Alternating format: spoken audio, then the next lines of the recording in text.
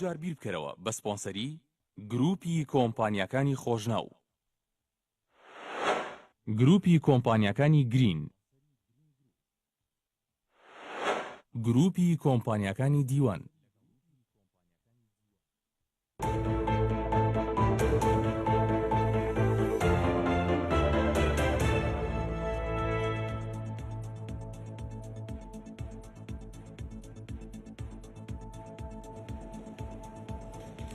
جارێکی تر مشتومڕ لەسەر وتاری ئاینی ناو مزگەوتەکانی هەرێمی کوردستان دروست بووەوە. کاتێک لە هەولێر پێشکەشکردنی وتاری هەینی لە 3 مامۆستای ئاینی قەدەغەکرا. هێزە ئەمنیەکان چوونە ناو مزگەوتەکانەوە، گرژی دروست بوو، دواتریش چەند کەسێک دەستگیر کران. لێرەوە دەپرسین هۆکار چییە؟ وتاری ئاینی هەندێک لە مامۆستایان قەدەغە دەکرێت، بۆ هێرش دەکرێتە سەر مزگەوت. وەزارەتی ئەوقاف لەگەڵ ئەوەدایە هێزی ئەمنی بچێتە ناو مزگەوتەوە و خەڵک دەستگیر بکات؟ ئایا لە هەرێمی کوردستاندا شکۆی یاسا و ئاین و شوێنی پیرۆزی خەڵک شکێندراوە؟ لە بەرامبەردا ئایا مامۆستایانی ئاینی کەم تەرخەمن؟ ئایا منبەری مزگەوتەکان بۆ کاری سیاسی بەکاردەهێنرێن؟ هێشتا هەندێک لە مامۆستایانی ئاینی سەرچاوەی بڵاوکردنەوەی بیری توندڕەون. هەندێک دەڵێن مەبەستی سیاسی لە پشت دوورخستنەوەی مامۆستایانی ئاینیەوە هەیە، چونکە ئەوان باس لە خەم و ئازار و کێشەی خەڵک دەکەن. هەندێکیش دەڵێن بەشێک لە مامۆستایانی ئاینی هانی خەڵک دەدەن بۆ کاری ئاژاوە و پشێوی. دەپرسین ئایا مەبەست لە دوورخستنەوەی مامۆستایانی ئاینی چییە؟ جارێکی تر سڵاتان لێبێ بەڕێزان، من شوان عادلم، جارێک تر لەگەڵتانم لە پرۆگرامی دوو جار بیر بکەرەوە.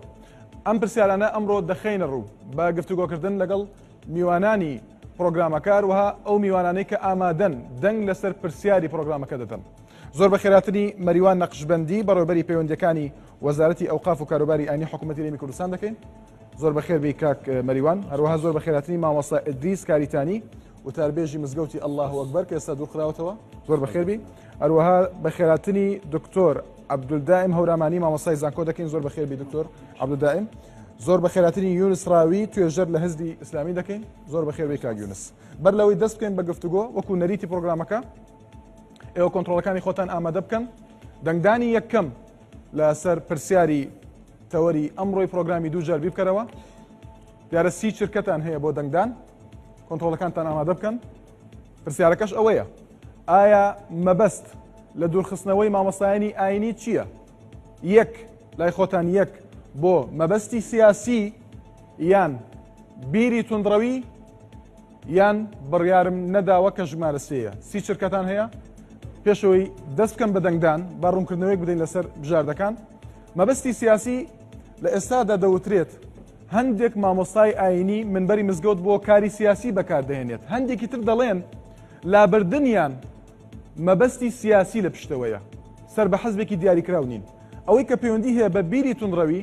لێکدانەوەی جیاواز دەکرێت بۆ تێکدانی ئاشتی کۆمەڵایەتی، بۆ هاندان، بۆ گرژی، بۆ بڵاوکردنەوەی بیری توندڕەوی لەلایەن مامۆستایانی ئاینیەوە.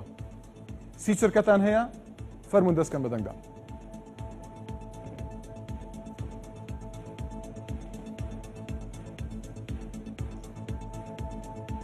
ئایا مەبەست لە دوورخستنەوەی مامۆستایانی ئاینی چییە؟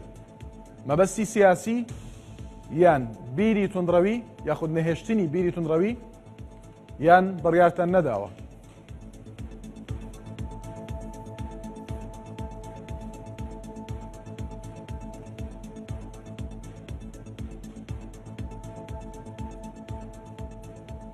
سی چرکەکە کۆتایی هات. دواتر دوای گفتوگۆکردنی میوانەکان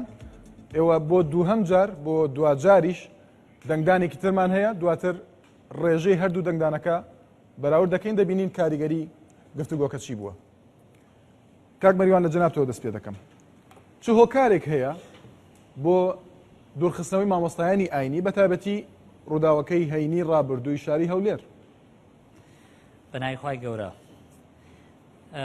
دوورخستنەوەی مامۆستا لە وتاری هەینی سەرەتا ئەمێ ئاماژە بۆ بکەم بە هیچ شێوەیەک ناچێتە چوارچێوەی سزاوە، بەڵکو ئەچێتە چوارچێوەی ئیجراعاتی ئیداری بۆ چاکسازی لە منبەری مزگەوتەکان. و ئەو چەند حاڵەتەی کە لە هەینی ڕابردوو ڕوویدا بەهۆی ئەوە بوو کە تێبینی هەبوو لەسەر چەند وتارێکی هەینی چەند مامۆسایەکی ئاینی بەڕێز لە کۆی 3000 نزیکەی 3000 مزگەوت کەوتاری تیا هەفتانە چەند مامۆسایەکی بەڕێز تێبینی لەسەر وتارەکانیان هەبوو و کاتێک کە فەرمانی لابردنیان لە وتار خوێندن و دانانی کەسێکی تر لە شوێنیان دەرچوو ئامادە نەبوون کە بڕیارەکە جێبەجێ بکەن ئەو شێوەی لێکەوتەوە. هۆکاری دوورخستنەوەیان تێبینیەکان چییە دەکرێت ڕوونیکە تێبینیەکان لە ڕاستیا ئەگەر بێت و ئەو شێوێ ڕووی نەدا ئێمە هەرگیز بۆ میدیاکان باسمان ناکرد کە چیە چونکە ئێمە بە دەرەجەیەک ڕێز لە مامۆسای ئاینیەگرین کە هیچ مەفرۆز نییە لە دەرەوەی کاری وەزارەت پێی بڵێ کە هۆکاری چییە دلیلیش بۆ ئەوە تەنانەت لە ناو فەرمانەکەی شاکە پێی لابراوە بە هیچ شێوەیەک ئاماژە بە هۆکارەکەی نەکراوە ئەمە بۆ ئەوی کە یەکەم دڵنیابوونە لەوەی کە ئەوە سزانیە قسە لەسەرەوە کرابوو کە کاری حزبی دەکەن لە ناو مزگەوت داشتی وا هەیە بەڵێ خۆی دوای ڕووداوەکان حتمما کە کاتێک ڕووداوەکان من تەمان ملاحەزەی شمەیە لەسەر پێشەکەی جەنابەت کاتێ باسی ئەوەت کرد کە مامۆسای ئاینی و جێبەجێی نەکرد دوایی هێزە ئەمنیەکان چووە ناوە ئەوجا گرژی دروست بوو نەخێر بەو شەوە نییە گرژی لە ناو مزگەوتەکانە دروست بووە هێزە ئەمنیەکان چوونەتەنەوە بۆی گرژەکە نەهێڵن ئەمە حاڵەتەکەی بەو شێوەیە نەک بەڵام پێشتون ئاماژەم بۆدا کە ئەمان دوور خرانەوە بەڵام ئەوان ویستیان وتارەکانیان پێشکەشکەن ئەنجا هێزی ئەمی چۆژورەوە بەڵێ تەسەلسولێک هەبوو بۆ بۆیە بەڕاستی دوای ئەو ڕووداوانەی کە ڕوویدا ئەگەر بێت و وەزارەتی ئەوقافیش نەڵێ هۆکارەکەی چیە هەمووان ئەزانن کە ئەو گروپەی لە نەهاتووە ناو مزگەوتەکە حاڵەتێکی طبیعی نیە حاڵەتێکی عەفەوی نیە ئێمە ئێستا دەمانەوێت بزانین ئێمە نازانین دەمانێت بزانین هۆکارەکە چی بووە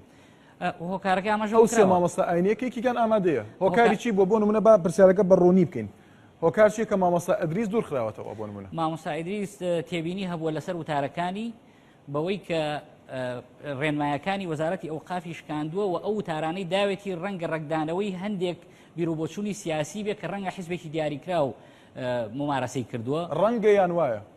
من ئەوە تەفسیلاتی ناکرێت ئیساکێ لە ئەعلام باس کرێت لە دادگا ئەوە باسەکرێت چونکە مامۆستا لە چۆتە دادگا و حتمما ئەبێ شتێکیان لەگەڵ چۆتە دادگا بۆ لەبەر ئەو پشێوی کە دروست بوو یان چۆتە دادگا لەبەری دوور خراوەتەوە و نەخێر قەزەی لەسەر هەیە داوای لەبەر دوو حاڵەت چۆتە دادگا ئەوەندەی من ئاگادارم چکە سکاڵاکەی بەڕێوەبەری ئەوقافی هەولێر کە تۆماری کرد دوو حاڵەتە یەکەم جێبەجێ نەکردنی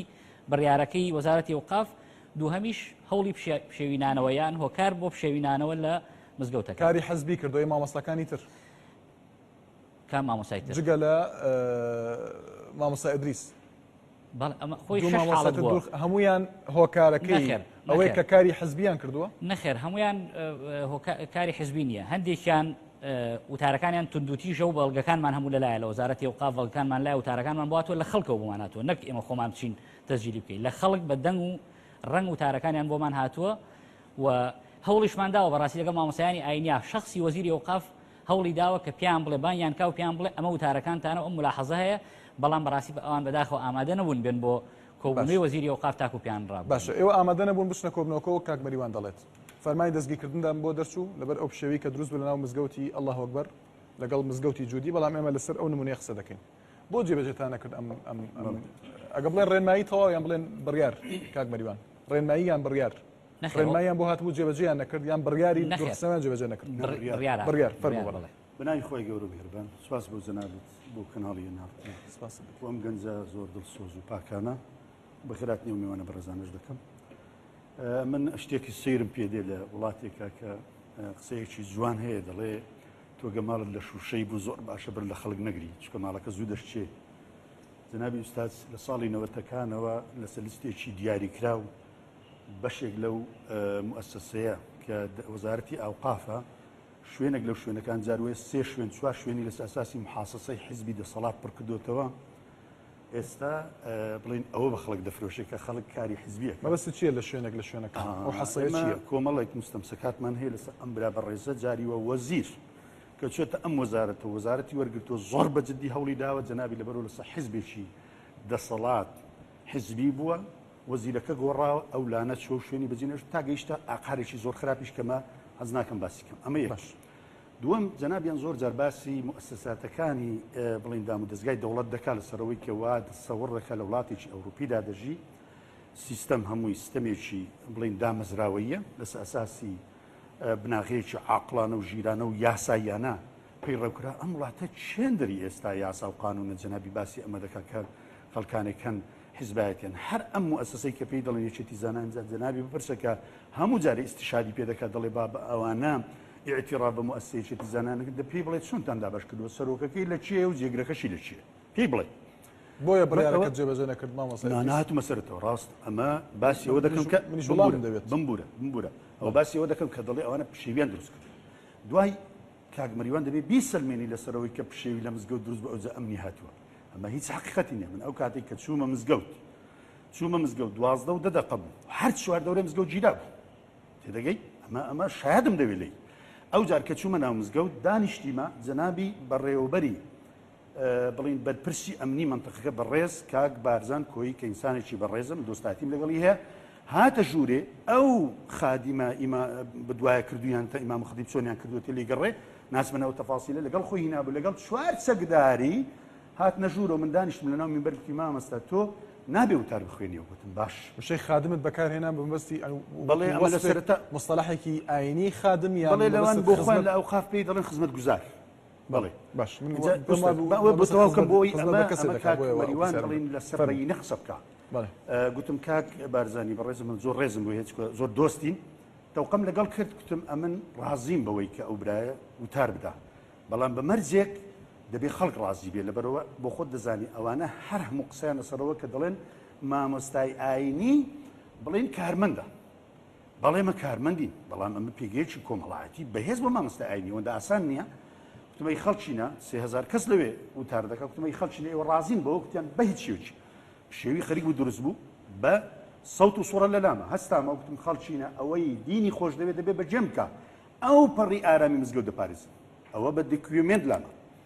دوای ئەوە گوتم کاک بارزان کوتیان گوتم بە ئەم پێشنیاری دووەمت بۆ بکەم کوتی بۆ گوتم بینیت کە کەس بۆ ڕازی نەبوو کوتی بەڵێ گوتم وەرە ئەمنیش نایخوێنمەوە بە ئەویش نەیخوێنتەوە با بۆ پشێوی دروست نەبێ یەکێک کە بینە بخوێنەوە گوتی بە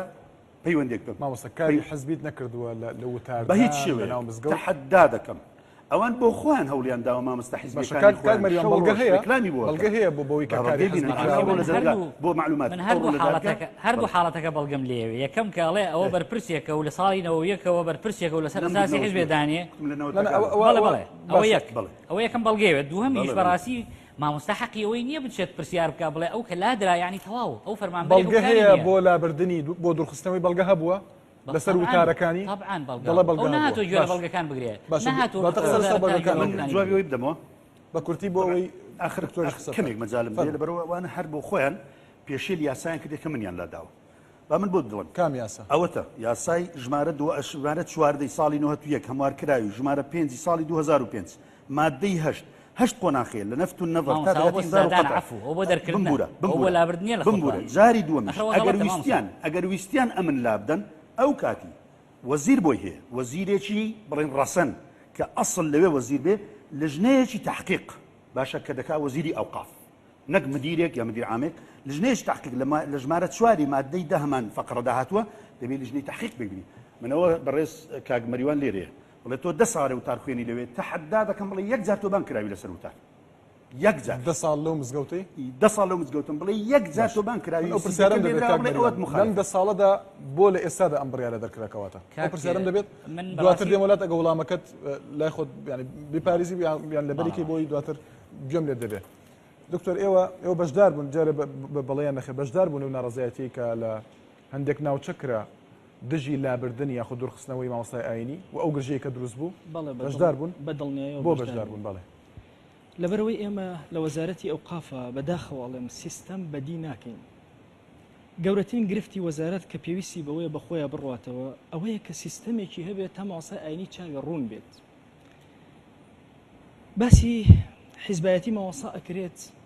چ دام و دەستگایکی ئەم وڵاتە هەیە حیزب کاولی نەکردوێ بۆ تەنها باسی منبەر ئەکرێت من ئەمەوێت زیاتر لەسەر ئەو مەسەلە قسە بکەم باسی ڕەئی جەماوەر بکەم وەزارەتی ئەوقاف گڵۆپێ بۆ مزگەوت ناکڕێ ئەهلی مزگەوت ئەیکڕم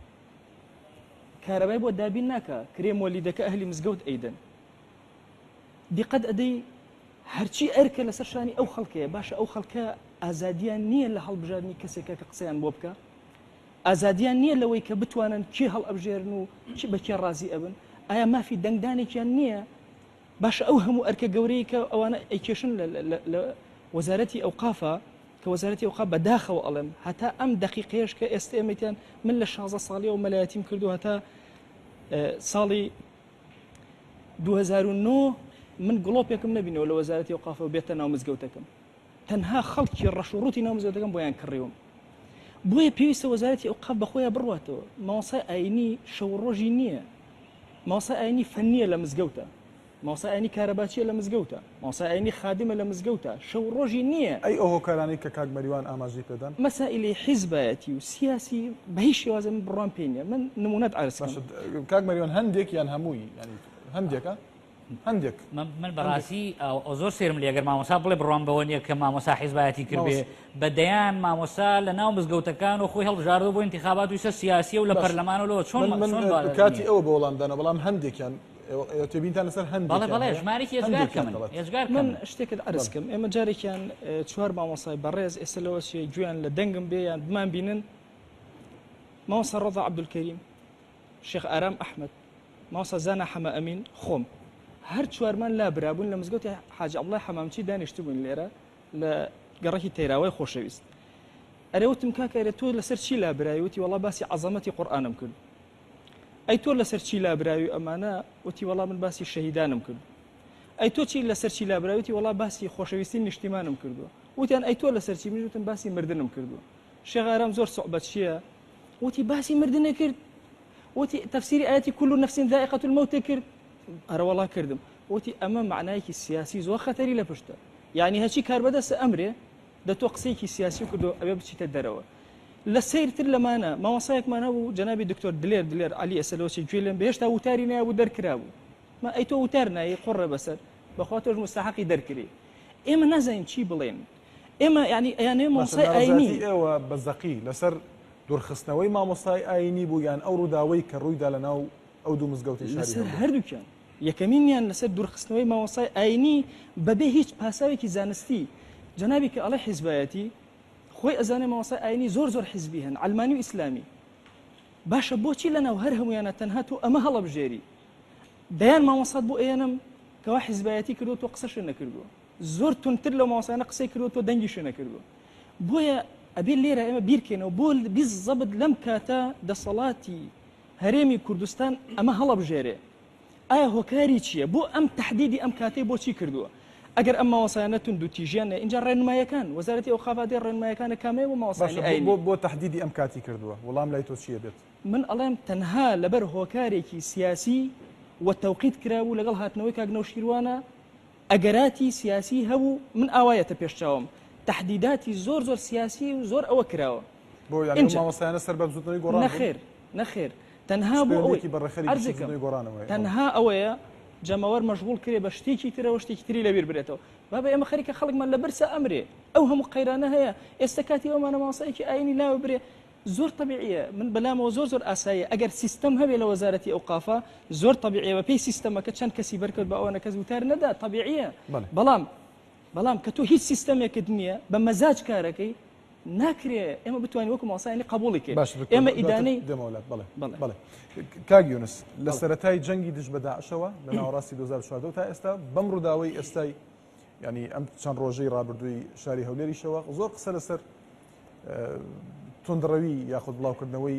بیری توندڕەوی دەکرێت لەلایەن مامۆستایانی ئاینیەوە چ تێبینیتانێ لەسەر ئەم پرسە ئەگەر پەیوەستی کەین بم ڕووداوانی کە ڕوویاندا هەینی ڕابردوو لە هەولێر بەڵێ زۆر سپاس بۆ ئێوە و بە کەناڵی ئەنارتی و ئامادە بووان سەرەتا من وای دەبینم بیری توندڕەوی هەیە لە کوردستان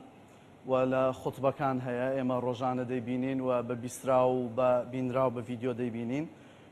تەکفیرکردن هەیە و گوێندان هەیە و تەشیر هەیە و ئیهانەی پێگەی ژن هەیە و قبول نەکردنی پێکاتەکانی دیکەش بە ئاشکرا دەبیسترێ لەوەی کە دوعاشیان لەسەرەوە دەکرێتن ئەمە بە ئاشکرا هەیە ڕەنگە تا حدێک نسبەیەک ینی ڕێژەیەک هۆکاری سیاسی شەبێ بەڵام من پیشی شێرە ژێرمەوە بۆ ئەم فکرە توندڕەوەی کە لە کوردستان بوونی هەیە و ناکرێ ئێمە ئینکاری لێ بکەین ئەمەش بەڕاستی دوای ئەوەی کە ئیسلامی سیاسی پێگەی دروست بوو لە هەرێمی کوردستان و دوای ئەوەی کە کۆمەڵی خەڵک لە سوودان و لە یەمەن و لە جەزیرەی عەرەبی هاتنەوە و نەشری تەکفیر و گوێندان و تەشهیریان کرد ئەمە بە ئاشکرا دەبیندرێ. سەبارەت بەمەی کاریتانی وتی دەربارەی قانونی ئیداری کە مەسەن لەفت النەزەر و قەطعات بۆ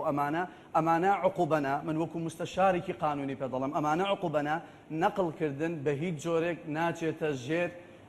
عقوبات لە یەک حاڵت نەبێ ئەویش لژنەی ئینضیباتی بڵێ لەبەرەوەی لەبەر فلان فعل وات کرد ئێمە بۆیە نەقڵمان کردی، چونکە بەنسبەت هەیئەی ئیداری ئەعلا کە سەیرەکە ئەبێ هەموو مزگەوتەکان یاخود هەموو دام و دەستگاکان وەکو بە یەک چاو سەیرەکاتن، بۆیە هیچ مزگەوتێ هیچ شارێک فەرقی نییە بۆ ئەمەی تر بۆ ئەم معلومەیە ڕاست بکەمەوە ئەم معلومەیە ڕاست بکەمەوە بوو مقاطعەمان نەکرد جنابەت وەڵام پێویستە مختصنی جنابەت چۆنە ئەتۆ ئێستا باسی توێژەر دەڵێ ببوورە جنابەت ببوورە دەڵێ ئەمن توێژەری ئیسلامیم دەڵێ توێژەری ئیسلامی بەڵێ لە حاڵەت جنابەت دەڵێ من توێژەری ئیسلامیم هەبێتن و شکوایەک هەبێتن ئەمە لژنەی ئینضیباتی بەئەمری وەزیری ئەوقاف دروست هەبێتن و ئێمە لەو مینبەرەوە بەڕاستی ئاوا خۆی پیشان دەکەم ئێمە لەو مینبەرەوە ئوستاجیان لەو مینبەرەوە ئێمە ڕەخنەشمان لە بەڕێز وەزیری ئەوقاف هەیە، چونکە کۆمەڵێک ئیجراءەت هەبوو دەبوایە دەمێک بووبی کردبوایە وەکو ئەمانەی دەبیندرێ کە لە چەند ساڵی ڕابردوو بە ئاشکرا تەکفیری ئێستا مەسەلە ئەو کەیسە هەیە کە ئیجراءات نییە لابردنی مامۆستای ئاینی ئەمە لابردن نییە، ئەمە نەقڵکردنە، نەقڵ گواستنەوەی ڕاژە نییە کاکەجیان سزانیە و ئەمە قانونی عقوبات نەخێت ئەمەی کە باڵانسی قسەکانە هەندێک نەقڵ کراوە مامۆستای مامۆستا ئێوە پێویستە فێری گوێگرتن بن بەڕاستی تۆ چارێگە سەعاتێ قسەت کرد کەسمان پێمان نەبڕی بۆیە ئەبێ فێری فەنی گوێگرتن بن باگوێمان لێ دەکا گرست بەردەوام ئیتر ئەمەی کە کراوە ئێمە ڕخنێکمان هەیە لە بەڕێز وەزیری ئەوقاف و کاروباری ئاینی دەبوایە دەمێک لەمە پێش ئەمەی بکردبوایە و ئێمە داواکارین کەوا خولیان بۆ بکرێتەوە بۆ بەگشتی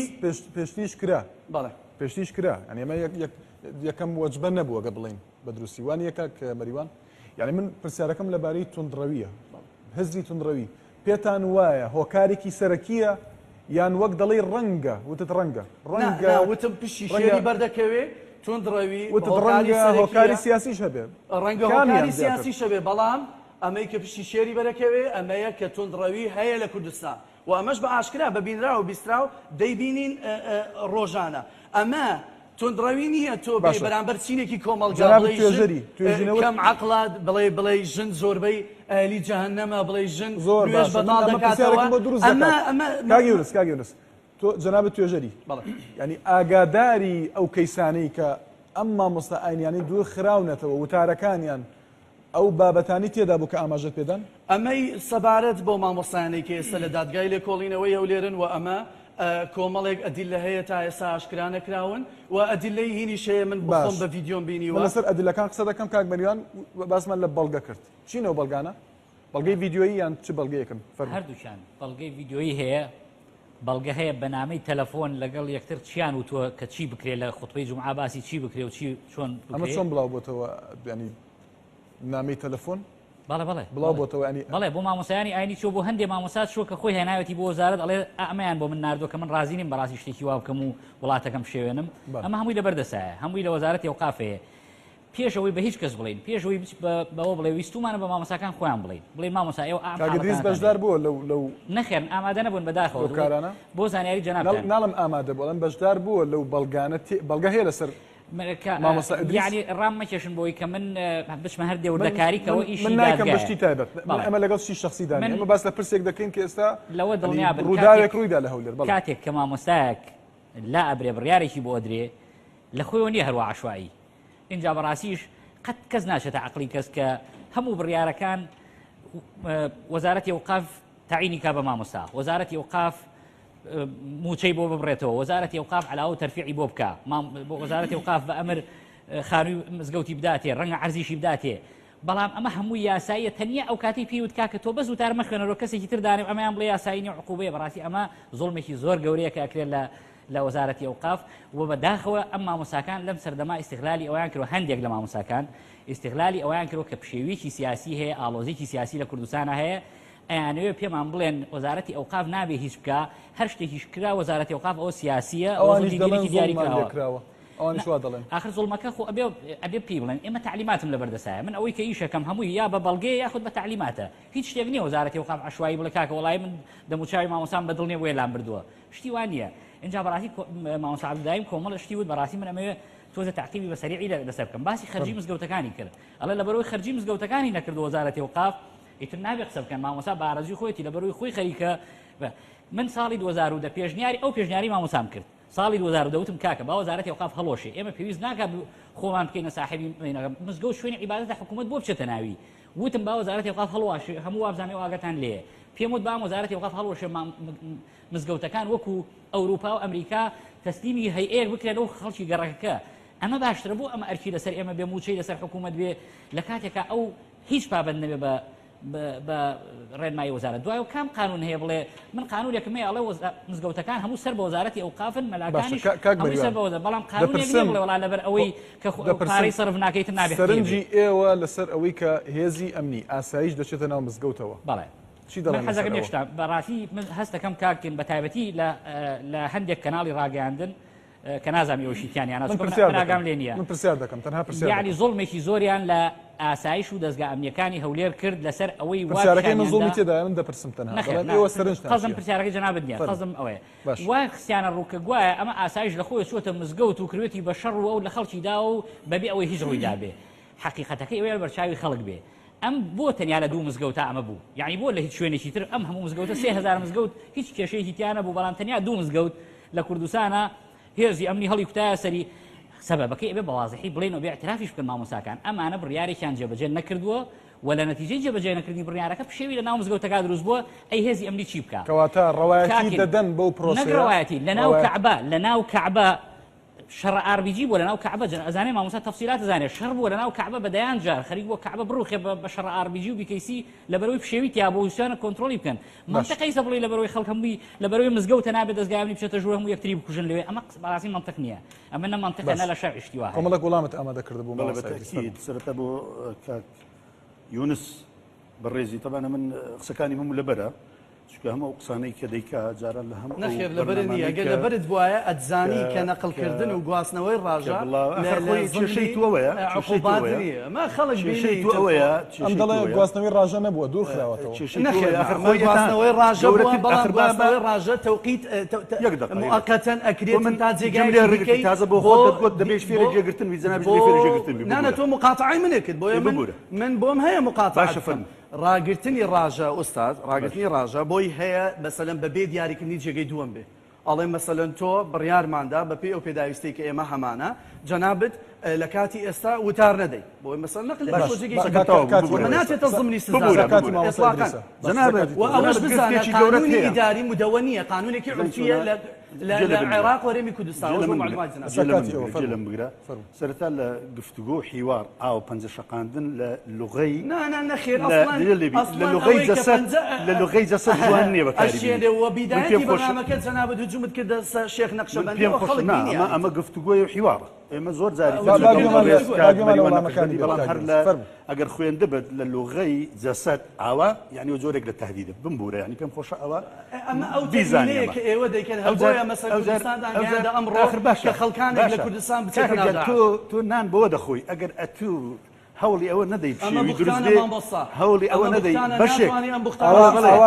ئەوە تێناگەی لە بۆچوونی کەس کاتی تۆیە دواتر کاتی تۆ دەخلص تەواو جێگرە سەرتان پێم خۆشە جەنابی ئێمە وەکو ئیمام و خەتیب لە زێر بڕیارەکانی جەنابی کاک مەریوان هەموو جارە ئەومان پێفرۆشتاوەتەوە کە ئێوە کارمەندن بەڵێ ئێمە اعتراف دەکەین بەڵێ ئێمە مۆزەفی وەزارەتی ئەوقاف تەوفیقی قانونەکە بکەن بەڵێ ئێمە مۆزەفی وەزارەتی ئەوقافین و بەپێ ئەم بڕیارەی کە ئێستا بۆ جەنابیانم خوێندەوە ئەم بڕیارە ئێمە مادام مۆزەفین ئەم قانونان هەموو دەگرێتەوە ئەو یەک دووەم ئەو بەڕێزە نەهاتووە ینی هەربایی ئەوەندەی کاکە من دێمە بارنامە با تەوسیقی بکەم من نەگوازراون بڕیار بمبورەوەش جواب دەدەمەوە چۆن باسیەوە دەکەی کە من نەگوازرامەوە ئەوەتە بەڕێزی وا لێرە ئامادەیە من بۆم هەیە ئیمامەتیش بکەم کە بۆ خۆی لە پەیجەکەی تایبەتی خۆی خستی تێڕوو جەنابەت بێمعلوماتی لەو قەزیە اینجا تۆ دەتێ بە خەبیری قانونی خۆ دەرخی و شتێکی ترە واستنەوەی ڕاژە سیغەی ئیداری بەم شێوەیە دەکرێت حەزەکەم بڕۆی بپرسی لە مستشارە قانونیەکان جەنابەت لێرەی جەنابەت مستشاری قانونی پێویستمە دەڵێ ئێمە وەرگرە جەنابەت مادام ناوت لە خۆت ناوە توێژەری ئیسلامی کاکە من پێم خۆشە و عنوانەی بگۆڕی مادام لە هەموو بەرنمەیەکە تۆ دژی قەزیە ئیسلامیەکانی و من بەتەحەداوە بۆ دەڵێم هەر بەرنمەیەک بوو بێ تۆی لە داڕسای تەسەرکە بیگۆڕە لەم نێوەندەدا وڵامەکانی ون دەبێت من پرسیارم کردەوەی وڵام دەستکەوێت با ئامادەبوانیش وڵامیان دەستکەوێت مامۆستا ئیدریس بۆ هەردووکتان بەڵێ فەرموو یعنی ئەو پرسیارەی لەسەر بەڵگەکان من پرسیارم هەبوو بڵێ طبعا ئەوان باس لە بەڵگەی ڤیدیۆیی دەکەن باس لە مەسجی مۆبایل دەکەن بڵێ من لەگەڵ جەنابەت بە وەڵامی جەنابەت بدەمەوە من خۆم بە کەسێکی معسووم نازانم و یەکێکم لەو کەسانەی کە هەموو کاتێک لە ژیانی خۆمدا کە تەتەورات لە ژیانی علمی ئینسانیدا زیاد دەکا من هەڵم هەبووە بەڵام ئەم هەڵەیە نابێ وەزارەتی ئاوقاف بە زەبری زۆرداری پێم چاپ بکات هەڵەکانت چی بوو هەڵەکانم ئینسان بە طەبیعەت بە تایبەتی دین لەبەرەوە قورئان سونەت بەحرێکی بێ بنە ئینسان کە لە سەرتاوە دەبێتە خەتیب بە کۆمەڵک جزئیات خەریک دەبێت کە ئەمە گرفتێکی گەورەیە لەناو کۆمەلگا ئەو هەڵانە کاریگەریان دەبێت چ کاریگەریەکیان دەبێت ئەو هەڵانە ئەم هەڵانە ئەمە هەڵەی مامۆستای ئاینی چ کاریگەریەکی دەبێت من وەڵامت دەمەوە ئەمە هەڵەی جزئین بەڵام لە قەزیەی تیرۆر و مەسائلانە جەنابیان ئەوە بەمە ئێمە نەفرۆشنەوە کاکە باش کاکە من کەسێک دەکرێت بزانین لە دوا وتاری هەینیدا مامۆستا کەسێکم ئەلێرە بۆ دادەنێم کە داعش هەڕەشەی کوشتنی منی کردووە من کەسێکم بابم برام مامم ئامۆز باوکو برام بێک ڕۆژ هاتەوە بەیەک ڕۆژ تێدەگەی کاکە خۆ من کەسێکی نادیار و نانیشتیمانی نیم کتێب لەسەر نیشتیمان نووسیوە بەڵام کەسێک لەو ئەوڕۆ پێگەیە بۆ خۆی نان و پیاز بە قەزیە توندڕەوی دەخوا و خەڵکێکی زۆر نەوانیان بیان خۆشی جەنابەت بیان خۆش ئێستا من توندڕە و بەمعلوماتت من جەنابەت هەنا ناسم و یەکەمین جارە گوێبیستی جەنابەت بوو دکتۆر دێمە لای تۆ ئەگەر مامۆستای ئاینی هەڵەی هەبێت وەک مامۆستا ئیدریس ئاماژەی پێدا چه کاریگەریەک دروست دەکات لەسەر خەڵک لەسەر ئەو کەسانی کە گوێیان لە وتارەکان دەبێت کاکشوانی بەڕێز تەبەت من لە بەشی پێشووە سوپاسێکم لە بیر چوو حەزەکەم بیکەم تەواوی ئەو بەڕێزانەی کە هاوهەڵوێز بوون لەگەڵمانە لەم قەزەیە کە دژ بۆ بڕیارەی وەزارەتی ئەوقاف تایبەت هاواریەکانی هەڵەبجە کە بەڕاستی دوو جارە زۆر بە مووقفن لەگەڵمانە چ لە مەسلەی تەقەکردن لە مامۆسایانی ئاینی و پەلامەردان بۆ ڕیش سووتاندن و لابردنی مامۆسایان من زۆر سوپاسیان ئەەکەم و تەواوی کەناڵەکانیش تایبەت کەناڵەکەی ئێوە کە ڕۆڵێکی جوانم تیابینی لەم مەسئلە دوای ئەمە ئێمە سەر ئەوەی جەنابەت با پرسیارەکەم بەڕوونی بۆی وەڵامەکەی بەڕوونی وەربگرن هەڵەی مامۆستای ئاینی کاریگەری دەبێت و ئایا ئەو هەڵانە دەبنە هۆکار بەوەی کە ئەم مامۆستای دوور بخرێتەوە فەرموو مامۆستایانی ئاینی هەڵە ئەکەن ئەو کەسێک کە ئەچێتە سەر مینبەر حتمەن هەڵە ئەکا چونکە قسە ئەکات ئەو کەسش کە قسە ئەکا تووشی هەڵە ئەبێت زۆر طبیعیش و زۆر ئاسایش ئاسایی و طبیعی ینی ئاساییەمە بەڵێ بۆ ئاساییە چونکە ئەو کەسێکەوە ئەچێت و قسە ئەکات یعنی حتمما تووشیەوە جاری وهەیە بەرنامەیەکی ئەگەر ناڕاستە خۆمان هەبێ چەندین جا غەڵەتی لێکەین و لێ بچڕێن کەواتە هەڵەکان کاریگەریکی وایان نابێت کاریگەریەکی ئەو تۆیان نییە لەبەر چی لەبەر ئەوەی ئەم مامۆستا ئاینی کە ئەم هەڵانە ئەکا هەڵەی قوڵی عەقیدەیی نین هەڵەی قوڵی فقهی نین هەڵەیەک نین کە جەماوەر بە لاڕێیا ببە بەڵام طبیعەتی دین هەندێک جار هەندێک دۆز وەکو کاکە یونس وا تەسەور ئەکا ئەمە تونند و تیژیە بەس ئەمە تونند و تیژی پێ ناوترێ بنمونە مەسعەب کەریم مدەڕیس باسی لە پرسیژنان کرد کۆمەڵێک بەڵێ جا من ئەمە وردە باسییان ئەەکەم جەنابیان مەسەلەن کە باسی ئەوەی کرد کە فکری تونند و تیژی و ئەوانە نا هەندێک جار بنمونە مەسەلەن ئاەتێک لە قورئانە باسی لعنەت لە ئەو کەسێکە کە زوڵمەک مامۆستایەکی ئاینی بیخوێنێتەوە ناکرێ حیزبی دەسەڵات بڵێ ئەها لعنەتی لە من کرد ئەها تونند و تیژی کرد قورئان باسی لعنەت لە زاڵمەکە مامۆستا کاتێک کە تەکفیری چینێکی وەکو کاکەیەکان دەکەی هیچ نەسێک نە لە قورئانە کاگیونزەوە لە قبول ناکەم مقاطعی قسەی من مەکە ئەدەبی حیوار ئاخر تەدەخلی هیندت کرد ئەبوایە بۆی تێپەڕ نەبێ گەیشتە سەرەی خۆت بە ئیسراحەتی خۆت جواب بدە فەرموو لەبەرەوەی تم تێپەڕ ناکەم مەسعەب کەریم مدەڕیس بە نمونە لە شعرێکە ئەفەرمێ ئەو یاسا دژی دینی نەبی بێ هەزاران ملیار نەفرینی لێ بێ ئەگەر بێم بە لوغەتی ئەمڕۆ سیرکەم مامۆسایەک ئەمە بڵێ باسی حکومەتی هەرێمی کرد ئەبێ دادگایی بکرێ وایە بینەما نەخێر مامۆسایەکی دەڵێ زۆر نەخێر گەورە نەخێر بەیت شێوەیە ئەرزەکەم ئەو نمونەیە دەڵێوانی ئەرزەکەم تحداکەم ئەگەر یەک کەس وا لابرابێ یەک کەس من 22 ساڵ لە وەزارەتی باش، وقافیشەکەم باش. ئەگەر یەک کەس لەسەر ئەوە باش، لابرابێ من ئەو وەڵامم یان وتبێ لەسەر ئەوە من مامۆسا بەیانی استیقالە تەقدیمەکەم فرش، 22 ساڵ ئەگەر یەک کەس وا لابرابێ لەسەر چی لابرابێ لەسەر ئەوەی جەناب تێڵی وتوێتی وەڵام من بەس شەرحێکم کرد کۆمەڵە نمونە تێناوتت چوارمەلا دانیشتینوە یەک حاڵەت یەک کەس ئەگەر لەسەر ئەوە لابرابێ من بەیانی استیقالە تەقدیمەکەم لە بەردەمی ئێوە کێشەکەی جەنابەت کاک مەریوانجان جەنابیش تو وەزارەتی ئەوقافی لەبەرەوەی سیستەم نییە تۆ ناتوانانی تهدید کە ئێستش بە دقت بۆ تهدید ناکرێت ماوەسا 10 ساڵە وتار ئەدا وتاری 10 ساڵەکەت گوێ لێگرتووە ئەو لیژنەیە کە دادناوە بزانی ئەم ماوەسایە چی ئەڵێ لەبەرەوە عەزیزەکەم ماوەسای ئاینی کاتێکەوە قسەکانی ئەکات و باسەکان ئەکا دڵنیابە لەوە باسەکانی بڕێ خەڵک بە سیاسیتی ئەگا و فعلەنیش پشکی ئەگرێتەوە ئەمە گیرمان خواردووە باسی دسکەم هەنێ دز ئەگرێتەوە باسی گەندەڵکەم هەنێ گەندەڵ ئەگرێتەوە ئەی من بێن باسی چی بکەم لە دینە بۆیە گرنگە قوڵتر لە مەسەلەی فەلسەفەی خوتبە ئێمە قسەی لەسەرکەین فەلسەفەی خوتبە ئەوە نییە ماوەسا ئاینێ بێ فقط باسی دەستنوێژێ بۆ خەڵک کات و بڕوان نەخێر فەلسەفەی خوتبە هوشیارکردنەوەی جەماوەرە ئەبێ خەڵکی مسلمان لە ناو مزگەوتە زۆر جیاواز من لەوەی کە گوێ لە خوتبە ناگرێت باشە دکتۆر بەڵێ کاک مەری من ئەو وەڵامم وەرنەگرت بەر لە وشمەلای کاک یونس 10 ساڵ ئەم ئەرکەی خۆی جێبەجێ دەکات بۆ ئێستا ئەم بڕیارە دەرکراوە بۆ 2 ساڵ 3 ساڵ 5 ساڵ 6 ساڵ 9 ساڵ بەر لە ئێستا نەبوو ئێستا نییە مامۆستا تەسەورەکات یعنی هیچ یعنی 10 ساڵ چاودێری دەکرا نەخێر نەخێر باەکەم جار شێ بە جەنابەت بڵێم زۆر بەکورتی بەڕاستی وا ئاخرێتە ڕووکە ئەو مامۆسایانی کە لابراون مەوزوعی تیرۆرە و ئەوانە هەموو نەخێر خۆی هەمووی بۆ شێوە نییە من ئاماژەم بۆ کرد بۆیە بۆ جەناب تەموت باسی توندڕۆیی ئەوە هینێکی غەڵەت بوو بەڕاستی ئەو وەسفەی داتانەوە غەڵەت بوو من ڕوونکردنەوەم لەسەردا ئاشتی کۆمەڵایەتی ئاماژەم بە ئاشتی کۆمەڵایەتیشدا لەگەڵ بەڵام ئەخلینەکان نییە لە فەقەرەکان نییە بۆیە ئاشتی کۆمەڵایەتی پەیوەندی بە تیرۆر نییە توندڕۆیی خەڵک ئێمە مامۆسامانەیە چۆتە ناو داعش هەرمەلایە و بەڕاستی مامۆسا عەبدولای من شتێک ملاحەزەیەکم هەیە لەسەری حەزەکەم لێم وەربگرێ وەکو برایەکی بچووکی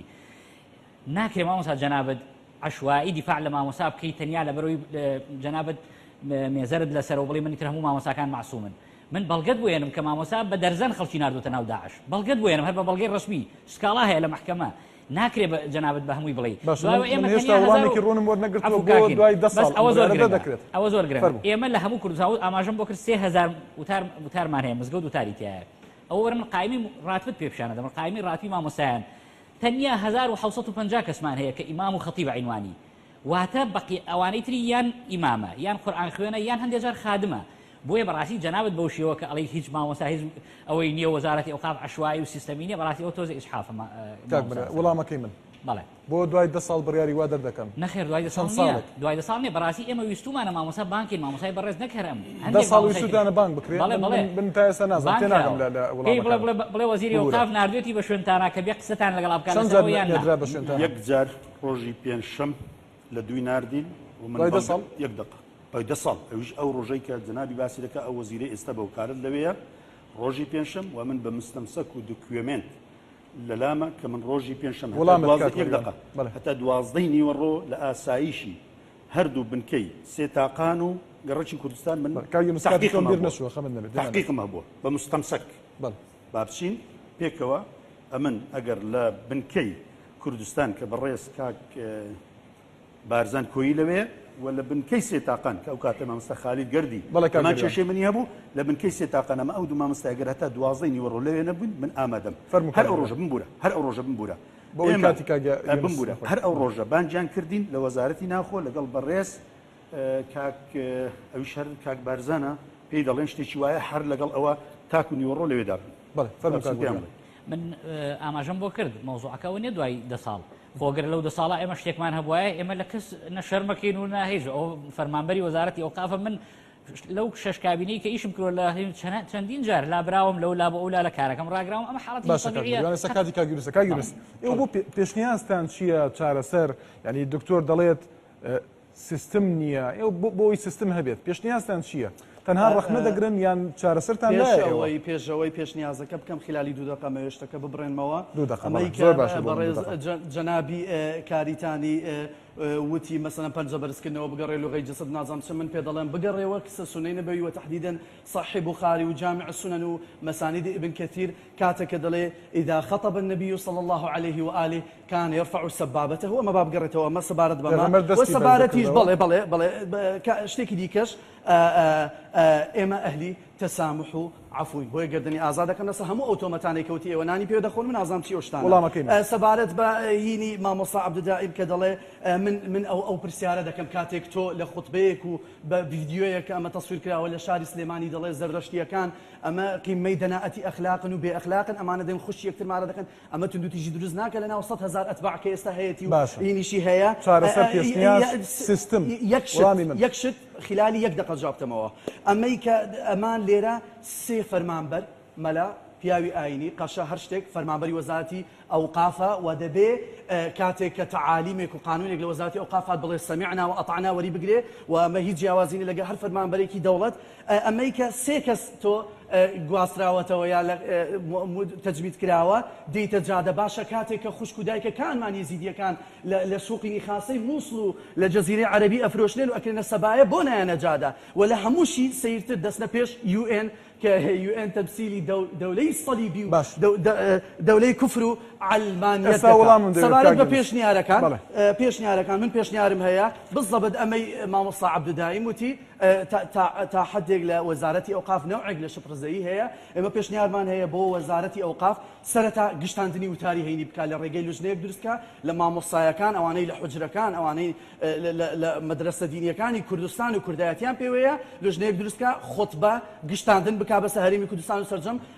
وتاربێژەکان و خول بۆ مامۆستای ئاینی بکاتەوە کە پێیان بڵێ ئاینەکانی ترچی و پێیان بڵێن لە دنیا زیاتر لە 1 ملیار ئاین و ملیۆن خودا هەیە بە درێژایی مێژوو و ئیتر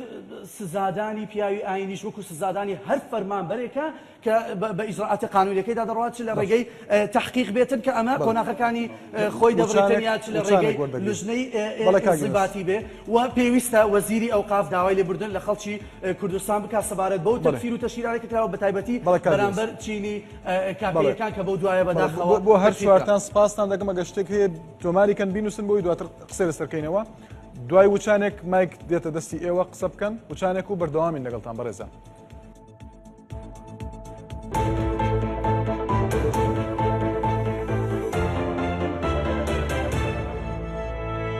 کرەوە بە سپۆنسەری گروپی کۆمپانیەکانی خۆشناو گروپی کۆمپانیەکانی گرین گروپی کۆمپانیەکانی دیوان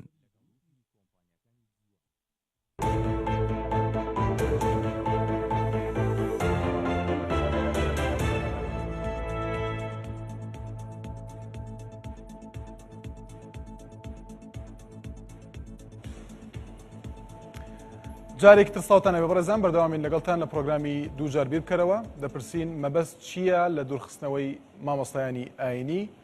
بەو ڕووداوەی کە لە هەینی ڕابردوودا لە شاری هەولێر ڕوویدا لە وەڵام و لە شیکردنەوەکاندا دیارە بەشێک لە وەڵامەکان درانەوە و بەردەوامین بۆ وەڵامداوەنەوەی بەشەکانی تری ئەم پرسیارە بە گفتوگۆ و پرسیار و سەرنجی ئامادەبووان دەست پێ دەکەینەوە دەمە لای تۆ فەرموو محەممەد دارە لە سمسماڵەوە بەڕێز مەریوان نەقشبەندی لە سەرەتاوە باسی چاکسازی کرد ئایا بەڕای تۆ لابردنی مامۆستایان ئەبێتە هاوێنی چاکسازی لە وڵاتەیە دومیشان ئایا بەڕێزیان وەکو سیناریۆیەکی وەکو ینی کارکتەرێکی ئاینی لە ناو ئەم وڵاتەیە دیفاع لە دین ئەەکەن یا وەکو کەسێکی سیاسی دیفاع لە سیاست و پێگەی مامۆستایانەکەن پێشنیارێکشم بۆ بەڕێزیان کاک یونس هاتووە لێرە خۆی دەربخادیان ئێوێ گفتوگۆ لەسەر پرسیارەکانی بەڕێز کاکشوان بکە جوابدانەوەی پرسیارەکانی کاکشوان من پێم وایە زۆر زۆر دوور کەوتیتەوە لە جوابدانەوەی پرسیارەکانی کاکشوان باش نەک ینی هاتووی ئەتەوێ خۆت کارکتەری خۆت لێرا بەسەرمێنی بەڵێ فەرموو ئەو بەڕێزە پرسیارێکم سەرکار فاڕۆق پرسیارێکم بۆ کاک مەریوان نەقشبەندی بوورە بۆ کاک مەریوان پرسیارێکم هەیە ئێوە باسیەوەتان کە دەبێ مامۆستایانی ئاینی مەسەرەن لە کاری سیاسی دوور بکەونەوە خۆیان بەدوور بگرن لە بانگەشەی سیاسییان کاری سیاسی بەڵام من لە بەڕێستان دەپرسم چ کارمەندێک هەیە چ بەڕێوەبەرێک هەیە لە وەزارەتی ئەوقاف سەر بە حیزب نەبێ بۆ سەرەتا ئێوە ئەبێ خۆتان خاڵیکەنەوە لە حیزبایەتی و ئەبێ کەسی پسپۆر بێن مامۆستای شارەزای بێنن شارەزای لە دین و لە فقه هەبێ لە ئەنج ئەتوان مەسەرەن لیژنە پێک بێنن لەسەر ئەو مامۆستایانە کە بزان ئاخۆ لایەن داوە لە خاڵەت هەڵەیان کردووە لە خودبەدانیان لە وتارەکانیاندا. سپاس. محمود ڕەشید لە هەولێر پرسیارێک لە مامۆستای بەڕێز کەوا بەڕێز کاکیونس هەڕەشە لە مامۆستا دەکات دەڵێ ئێوە واتان کرد خەڵکارێک لە کوردستان پستم بۆ ناو داعش ئایا ئەمە تا چەند ڕاستە؟ بەڵێ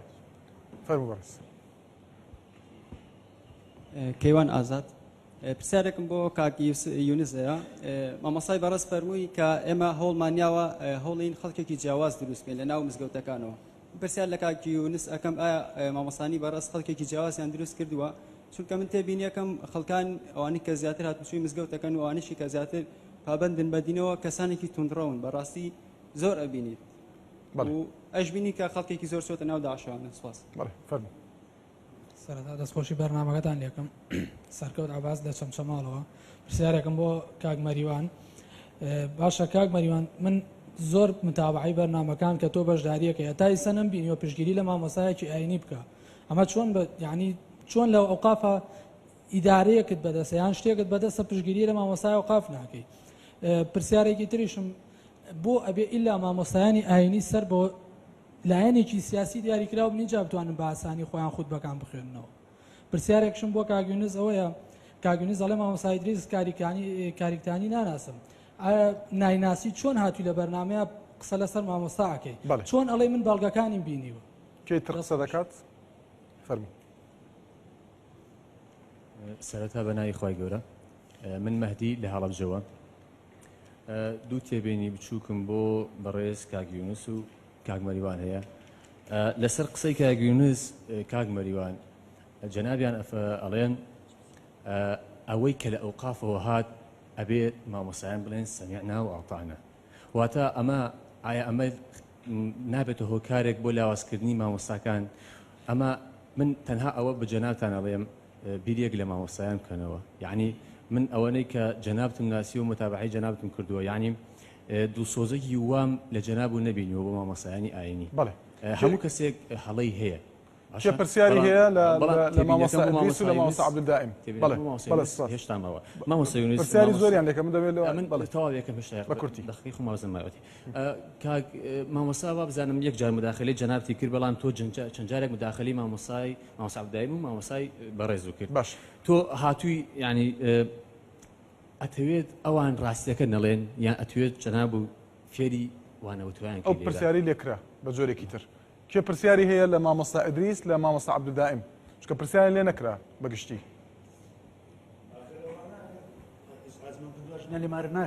پرسیاریان سەرنجیشتان نییە ئێوە دەنگ دەدەن لەسەر تەوەری ئەمڕۆ پرۆگرامەکە پرسیارتان نییە دیارە سپاسان دەکەم سپاس دێمە لای تۆ کاک مەریوان بە وەڵامدانەوە ڕەنگە پرسیارم هەبێ بۆ ئێوەش بە ڕیزبەندی دێمە وڵات دڵنیامە دێمە وڵات سەر بوو کاک مەریوان طبعا بۆ برای بەڕێزم یەکەم کەس کە پرسیاری کرد وتی لابردنی مامۆستا چاکسازیە یان نا مامۆسای ئاینی وەک ئاماژەم بۆ کرد ئێمە 3000 وتارخوێنمان هەیە ئەگەر هەموو ئاماژەم بۆ کرد کە جۆری وتارخوێنەکانیشمان چۆنن وە شوێنەکانیان چۆن ئەگەر بێت و تۆ هیچ مامۆسایەک لا نەبەی لە شوێنی خۆی ینی لەسەر هیچ شتێک مامۆسا لا نەبەی بەڕاستی بڕوا ناکەم کەس هەبێت دوو کەسە بێ اعتراف نەکات کە فەوزا دروستە بێت لە مزگەوتەکانە بۆیە حتمما هەندێک جار لابردنی مامۆستا ئیتر ڕەنگە کاتیش بێت ڕەنگە بە شێوەیەکی کاتی تا ئەوە قسەی لەگەڵا ئەەکەیت و چاکە بێت ئەیهێنیتەوە جێگەی خۆی ئەمە خۆ مامۆستا کەس فەسڵ نەکراوە لەسەرەوەی کە وتارەکەی ئەمە یەک دووەمیان باسی ئەوەی کرد وتی ئایا من کارکتەرێکی سیاسیم یان ئاینی طبعا ئەو پرسیارێکی زۆر باشە لە ڕاستیە کاراکتەری سیاسی و ئاینی لەناو حکوومەتە علاقی نییە بەسەرەوە هیچ من لە کاراکتەری سیاسیم لە وەزارەتە نە کاراکتەری ئاینیم من کاراکتەرێکی ئیداریم یعنی کەسێکی پیشەیم ئەبێ ئەو یاسا و ڕێنمایانە جێبەجەکەم کە لە وەزارەتی ئەوقافەیە ئیتر ڕەنگە ئەو یاسایە مامۆستا ئیدریس باسی لە حەسەی حزبی کرد بەڵێ بەڵێ شک بشکێنی ئەو حزبی پرسیارێکی جواب بدەم دامەزراوەکان پرسیارێکی بەڕێزێکی ترەیە لەسەر ئەو جواب بدەم وەزیری زیاتر بووە جەناب پرسیار دەکەم من ئەوە پرسیارێک هەر لەسەر ئەوی جەنابەت هەیە یەکێ لە بەڕێزەکان کردی من جواب دەمەوە ئەڵێ هەر فعلا دووەم بەڕێز ئەڵێ ئایا بەڕێوەبەرەکانی وەزارەت حزبینین بەڵێ 100% لەگەڵتانام و ئەوەی ژێکی لە مشکلەکانمانە نەک وەزارەتی ئێمە گشت وەزارەتەکانی کوردستان لەسەر ئەساسی محاسسەی حزبی خەڵکیان داناوە کە ڕەنگە بەشی هەر زۆریشیان کەواتە بڕیارەکانیشان حەزبینیان حەزبینین ئەمە خۆی لێرە ئەوەی کە پەیوەندی هەیە ئایا ئەو کەسە حزبی کە دانراوە لە شوێنەکەی خۆیان و حزبیانە ئیشەکان لەناو وەزارەتە ئەمە مۆزوعەکەیە من بەڕاستی حکم نادەم لەسەر خەڵکی تر بەڵام حکم لەسەر ئەوە دەم کەوا بەڵێ بەشی هەر زۆری بەڕێوەبەرەکان و بەرپرسەکانی گشت دام و دەستگاکانی حکوومەت بەشی هەر زۆری ئەتوان بڵێم لە ساڵنەوەی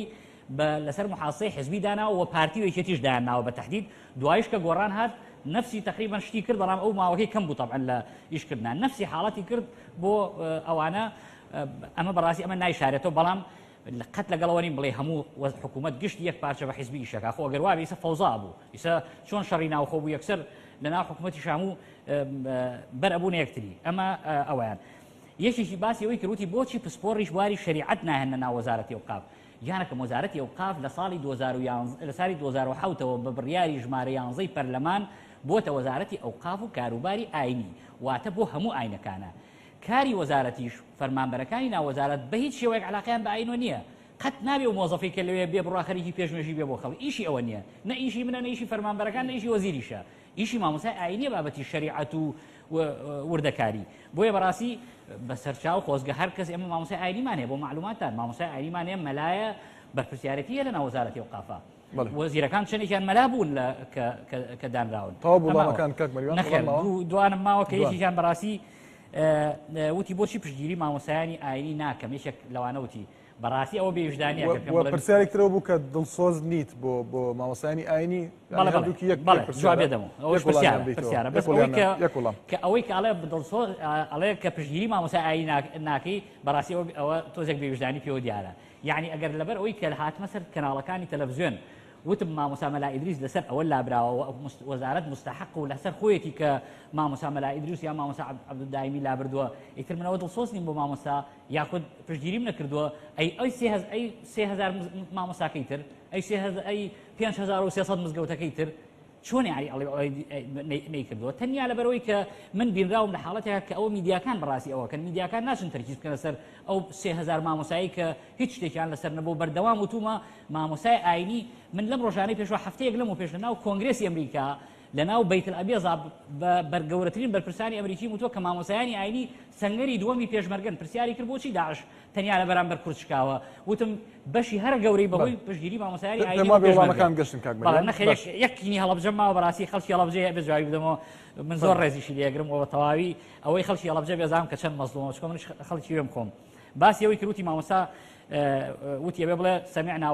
وەطەعنا نەخێ مامۆستا من نامانەوێت کاک مەبەستم مامۆستا یونسە من نامانەوێت هەرگیزەوە ئیشی ئەمە نییە پێ بڵێ مامۆستا بڵێ سەمیعنا وەطەعنا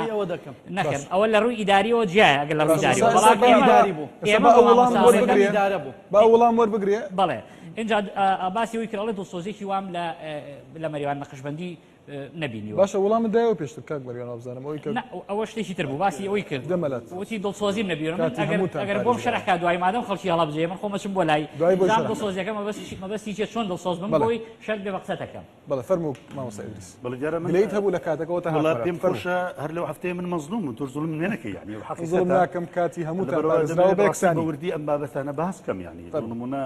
جنابی بەڕێز کاک یونسی زۆر بەڕێز باسیەوە دەکات کە ئەم کوردستانە پڕە لە تەکفیر پڕە لە تندوتیژی پڕە لە چی لە چی من پێشنیارێکم هەیە من پێشنیارت دەکەم پێم خۆشە جێم لێ ڕاگری پێم خۆش جێم لێ ڕاگری قسەکانوەکو خۆی بگەینە باشە بەسەر چاو ئەم پێم خۆشە جەنابەت دەبچی بە توێژەری ئەوە سەردانێکی فەڕەنسا و رووسیا و وڵاتە ئەو غربیانش پیچ کرد لەوێ هەر لە فەڕەنسا 3000 کەس ڕۆیشتە مەلاشی لێنی ئاخر مەلاشی لێنی ئەگەدار لە رووسیا مەلاشی لێنی و چەند هەزار کەس ڕۆیشتووە کەمترین ڕێژە لە کوردستان خێتابەیەکە لە ڕێگای یوتیوب و ڤیدیۆکانە ڕوا من جێم لەوێ ڕاگرت ژێمە لێ ڕاگرا خرکەواتە تو ئەگەر لە دنیا عەولەمە نییە ئەمڕۆ خەڵک ئەوەندەی لە دنیای عەولەمەدا لە سەوڕەی معلوماتی ئیستیفادە دەکا و لە ڕۆ ئیجابێکەی و لە ڕۆ سەلبیەکەی زەرر ملت و خەڵکی خۆی دەگەینی و بەرەو داعش دەڕوا ئەوەندە بەتەکید جێ لەو مەسائلانە ناگری بە تایبەتی لەسەر قەزەی تومڕەوی لەبەر هەندێ جەنابەت پێم باشە دیراسێکی وردی وڵاتانی ئەوروپی بکەین زۆر بە کورتی دوای ئەوە ئەو برابەڕێزە لە سەرتا و کوتم لە یاسە شارەزانی ئێستا ئەو بەرپرسی کەیسێکە لەسەر قەزیەی یەزیدیەکان والله ئەعلەم کاکەیەکان زۆر باشە گوتم لە شارەزانێت چونکە هێشتان لەگەڵ ئەو مامەستە بەڕێزەی ئەویش طبعاً وەکو بەڕێزیان محامی هەیە هێشتا نەتیجەی دادگەدەر نەچووە دەڵێ ئەوە تا سلمێنراوە مامەستایەکە ئێوە زوڵمە نەماوە سلمێنراوە ئەڵێن ڤیدیۆکە هەیە خۆشی لە مەرحەلەی تحقیقی اعترافەکەی دووبارەی کاتەوە هەموو قسەکانی منیش وەڵامت هەیە دەبێت ڕابۆستی جێم لێ ڕاگری باشە اینجا ئەگەر ئەتوو دەتەوێت دیفاع لەو برا بەڕێزانە بکەیت کاکەیەکان دەبوو ئەو کاتی کاگمەریوان نەقشبەندی بدەیە دادگایەکەم جار چونکە کاگمەریوان نەقشبەندی لە پەیجی خۆی لە پەیجی ڕسمی خۆی ئەو کاتێک کۆمەڵێک لە ئێزدیەکانی بڵین کەرکووک کاکەیەکانی کەرکووک بوونە مسلمانەکە بووە بە پرۆگرامی ئاراستەکان نەک وڵامان دەوێت بۆ ئەوان و بوونە مسلمان گوتی نەدەبووە بکەن کەواتە ئەویش لەسەر پرسەکەی خۆمان لەسەر کەیسەکەی خۆت پەیجەکە کەیسەکەی خۆت با وڵامی یەکتری ئەمن تحەدا دەکەم با بێن وتارەکانی من لێ دەنەوە کە من بەرەو لە سەرتاوە سەم لەسەر قەزەی داعش کردووە سەم لەسەر توندڕەوی کردووە یەک تەڵەبم دەوێت کە ئەمن لە ساڵی 2006 لەو مزگەوتم بە بەردەوام قوتابیم هەبووە فەقێم هەبووە یەک مستەمسەکم دەوێت کە لە کاتی دامش بەرپرسیاریش نیم یەک تەڵەبە لە مزگەوتی من ڕۆیشتی یەک تەڵەبە لە هەموو ئەو بەڵێ داعش و گروپە توندڕەویەکە بۆ معلومات ئەوە بابێن بەڵگە بینەوە ئەوە یەک دووەم ئەوان دەڵێن بەڵگە هەیە لەسەرەوەی کە مامەستایانی ئاینی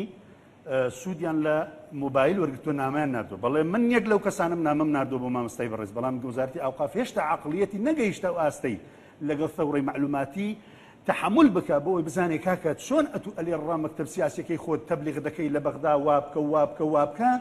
ئیستیفادە لەم هەموو تەکنۆلۆژیای سەردەم دەکەی ئاواش ئەمن بۆم هەیە بڵێ مامۆستا بەیانی لەبەرەوە ئاوقاف ئەو کاتانە بێدەنگە لە کاتێکدا قورئان سوێندراوە بێڕێزی کراوە ئەنواع و ئەشکال شت کراوە ئەمن بۆم هەیە وەکو مامۆستایەکی ئاین لەگە هاوپیشەی خۆم قسە بکەم چۆن ڕۆشنبیرێک بۆی هەیە دکتۆرێک بۆی هەیە چاڵاکوانێک بۆی هەیە کەسێکی تریش بووە بۆ من بۆم نییە ئەی ئەوە کەی تاوانە ئەگە من نامەکانم ئێستا لەلایە نووسیتم مامۆستای بەڕێز لە فلانە شوێنی ئاگادار بە ئێستا برێن لۆ نمونە لە فلانە شوێنی قورئان والێ کراوە بێڕێزی ئەوها کراوە ئاگادار بە باسیکە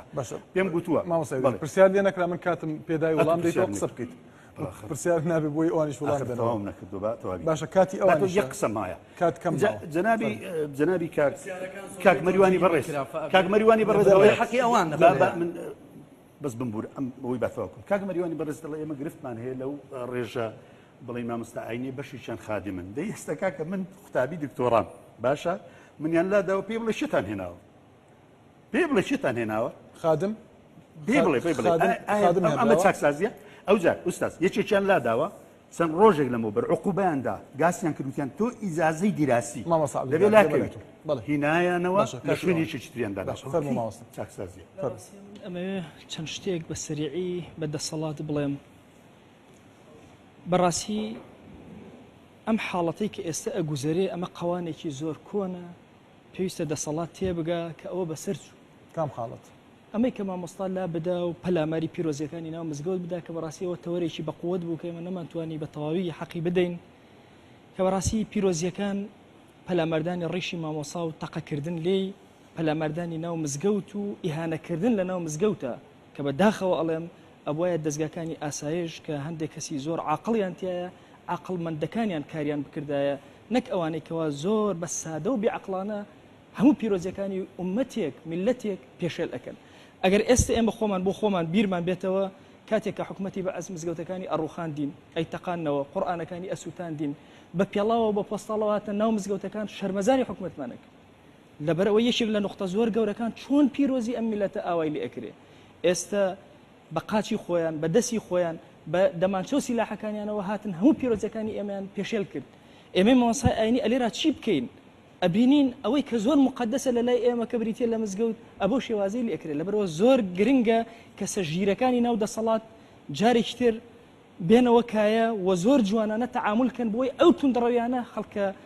کەم فامەکە کاڵفامەکە نتوانێت توندڕەویوە لە ناو مزگەوتاکە چونکە ئەوە توندڕەویکی زۆر گەورەیە کە تۆ بێت چەک بێنیتە شوێنێک کە شوێنی پەرزگای خەڵکە شوێنی عەبدایەتی خەڵکە تەختیت دانێ من عرزەکەم ئەمە بۆی ئەڵم قەوانی کۆنەمە ئیشی ئێستا نییە من لە مزگەوتی سەلاحەدینی کەسێک لە گەڕێکی تێراوە خەتیب بووم کاتێک کە باسی مردنم کرد و لابرام کە هاتم کە چوومە ناو مزگەوت یەک دنیا چەکدارم بینی کە هاتمە دەرەوە لولەی سلاحەکانە بەسەر سەرمانەوە بوو بەبێ ئەمەی هیچ شتێکیش کرابێ من کەسێکی فەقیر و ئاوارە لەم وڵاتە ئەبۆ شێوازە تەعاملم لەگەڵا کرا لەبەرەوە ئەم قەوانە زۆر کۆنە تازە بەسەر چوو ئەمڕۆ ڕۆژگارێکە دەرگای مزگەوتم لێدا ئەخەی دەیان کەناڵی ترم هەیە بۆی قسەی تیاکەم لەوە چێ لە مزگەوتەکەی خۆما 3000 کەس گوێم لێ بگرێ لە کەناڵێکی وەکو کەناڵەکەی جەنابتەوە 100,000 کەس گوێم لێ ئەگرە و زیاتریش لەبەرەوە عەزیزەکەم ئەبێ دەسەڵات جوان بیر لەمە بکاتەوە تێبگا باوی توندڕەوی نەما لەگەڵ مامۆسایانی ئاینی ئەوە بەسەر چوو بیت بە زەبر و زەنگ مامۆسایەک لابیت و کەسێکی تر دابنێت خەڵک مافی هەیە خەڵک چاوی لەگەڵ ئەمەشدا دەبێت باوی توندڕەوی لە ناو وتارەکاندا نەمێنێت بە دڵنیاییەوە بەڵام کام توندڕەوی نەک ئەو توندڕەوی کە سیاست هەرچی لەگەڵیان نەبوو بڵێ لەگەڵ توندڕەوە هەرچی لەگەڵیەوە بڵێ ئەشهەدو بیلله تەواوە مامۆسای ئاینی زۆرمان هەیە کە پرۆژەی زۆر گەورەیان پێشکەش کردووە خوێنی خۆیان کردوتە قەڵغان بۆ کە هەندێ حەدەسی زۆر گەورە کەڕوونەدا هەر ئەسڵم جارێ وەزارەتی ئەوقاف سوپاسێکیش نەکردو فەرموو کاک یونس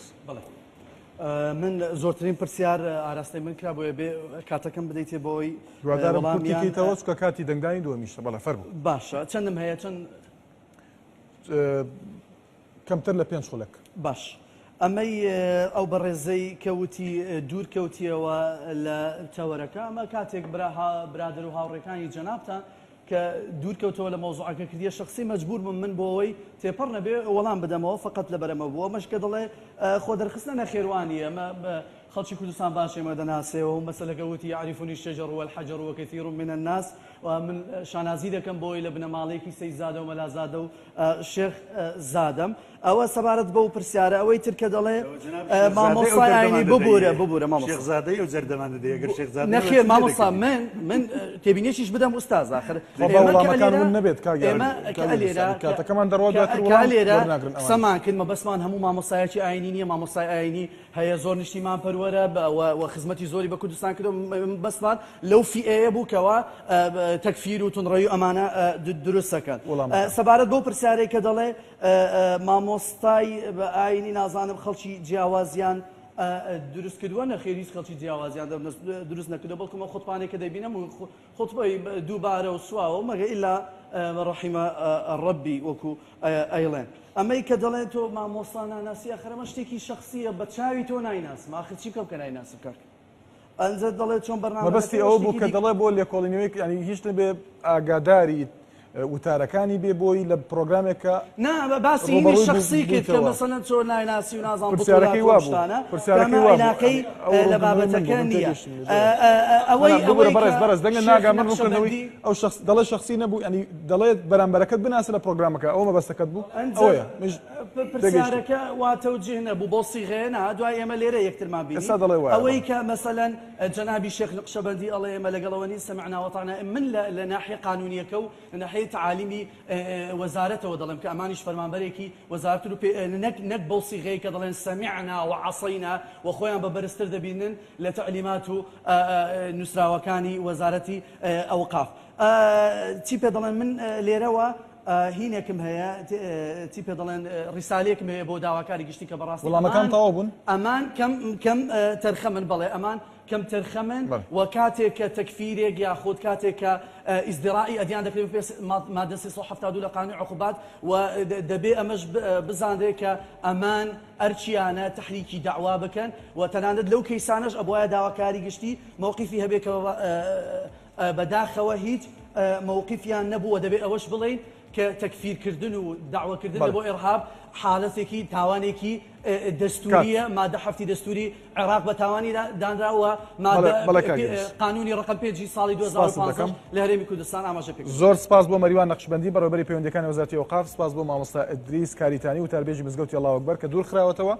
سپاس بۆ دکتۆر عەبدولدایم هەورامانی مامۆستای زانکۆ سپاس بۆ یونس ڕاوی توێژەر لە حیزبی ئیسلامی بڵێ مامۆستا دادگای لای نەکرد توێمە لە محکەمە ئیداری هێشتا ماومانە بۆ دوور دەکەیتەوە کاک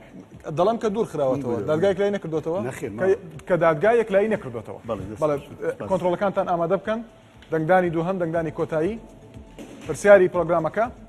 ئایا مەبەست لە دوورخستنەوەی مامۆستایانی ئاینی چییە؟ مەبەستی سیاسی یان بیری تونڕەوی یان بڕیارت نەداوە؟ سی چرکەتان هەیە فەرمون.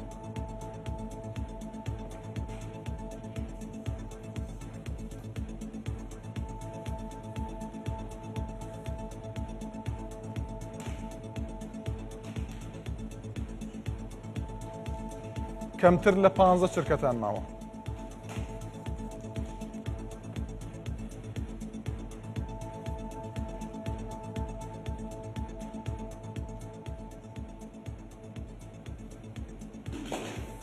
ئێستا ئەنجامی کۆتایی دەبینین، ئەنجامی کۆتایی دەنگدانی کۆتایی دوای گفتوگۆکە. ئەمە ئەنجامی کۆتاییە. ئایا مەبەست لە دوورخستنەوەی مامۆستایانی ئاینی چییە؟ لە ١٨٤ مەبەستی سیاسی، لە ١٨ بیری تونڕەوی، لە ١٨ بڕیارم نەداوە. ئەنجامی یەکەم بەر لە گفتوگۆکردنی میوانەکان، ئەمە ئەنجامی یەکەمە. ئایا مەبەست لە دوورخستنەوەی مامۆستایانی ئاینی چییە؟ لە ١٦٨ مەبەستی سیاسی، لە ١١٢ بیری تونڕەوی، لە ١٢٠ بڕیارم نەداوە. هەردوو ئەنجامەکە دەبینین، ئەنجامی هەردوو دەنگدانەکە بەراوردی نێوانیان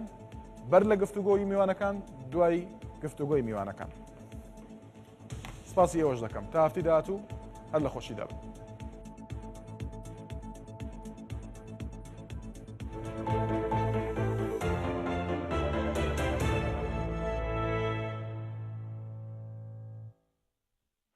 دوو جار بیر بکەرەوە بە سپۆنسەری گروپی کۆمپانیەکانی خۆشناو، گروپی کۆمپانیەکانی گرین، گروپی کۆمپانیەکانی دیوان،